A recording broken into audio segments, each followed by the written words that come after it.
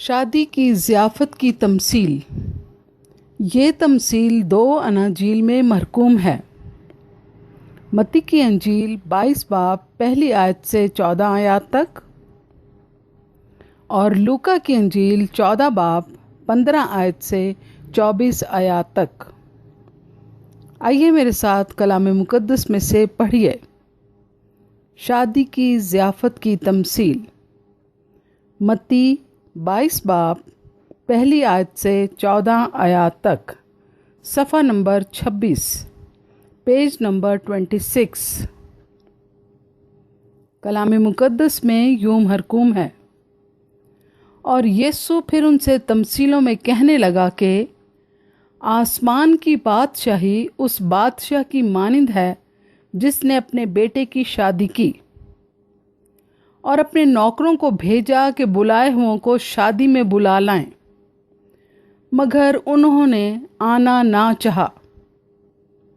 پھر اس نے اور نوکروں کو یہ کہہ کر بھیجا کہ بلائے ہوئوں سے کہو کہ دیکھو، میں نے ضیافت تیار کر لی ہے، میرے بیل اور موٹے موٹے جانور ذبح ہو چکے ہیں اور سب کچھ تیار ہے، شادی میں آؤ۔ مگر وہ بے پرواہی کر کے چل دیے، کوئی اپنے کھیت کو، کوئی اپنی سوداگری کو، اور باقیوں نے اس کے نوکروں کو پکڑ کر بے عزت کیا اور مار ڈالا۔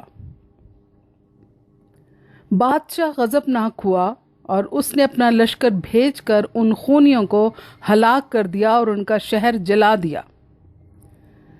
تب اس نے اپنے نوکروں سے کہا، شادی کی ضیافت تو تیار ہے، مگر بلائے ہوئے لائق نہ تھے۔ پس راستوں کے ناکوں پر جاؤ اور جتنے تمہیں ملیں شادی میں بلا لاؤ۔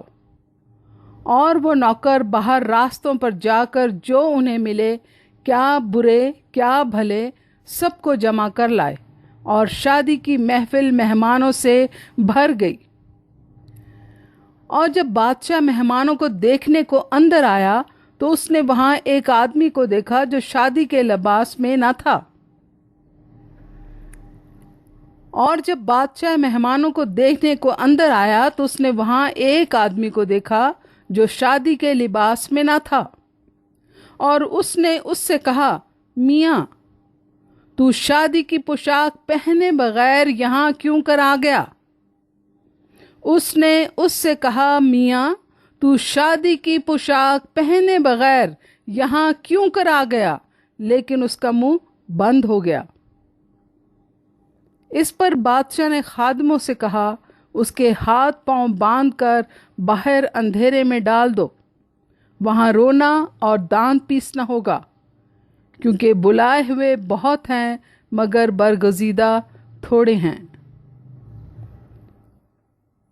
اس پر بادشاہ نے خادموں سے کہا، اس کے ہاتھ پاؤں باندھ کر باہر اندھیرے میں ڈال دو، وہاں رونا اور دانت پیسنا ہوگا، کیونکہ بلائے ہوئے بہت ہیں مگر برگزیدہ تھوڑے۔ آمین۔ کلام مقدس کے پڑھے اور سنے جانے پر خداوند کی برکت ہو اور سب سننے والوں کو بھی خداوند برکت دے۔ آمین۔